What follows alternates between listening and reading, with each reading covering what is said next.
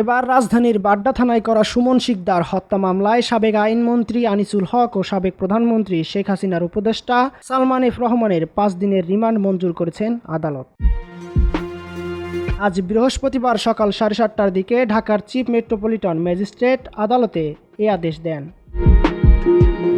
এর আগে পৃথক 3 মামলায় আনিসুল হক ও সালমান এফ রহমানের মোট 20 দিনের রিমান্ড মঞ্জুর করেছিলেন আদালত। আজ সকাল 7:30টার দিকে কড়া নিরাপত্তায় আনিসুল হক ও সালমান এফ রহমানকে ঢাকার সিএমএম আদালত হাজতখানায় রাখা হয়। বাড্ডা থানায় করা সুমন শিকদার হত্যা মামলায় তাদের গ্রেপ্তার দেখিয়ে 10 দিন রিমান্ডের নেওয়ার আদেশ দেন আদালত। পরে দুজনকে হাজতখানা থেকে আদালতের এজলাস কক্ষে তোলা হয়।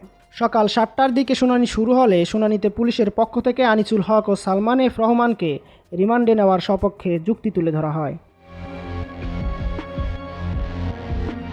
অন্যদিকে রিমান্ড আবেদন নামঞ্জুর করার জন্য আদালতের কাছে আর্জি জানান আনিসুল হক ও সালমান এফ রহমান।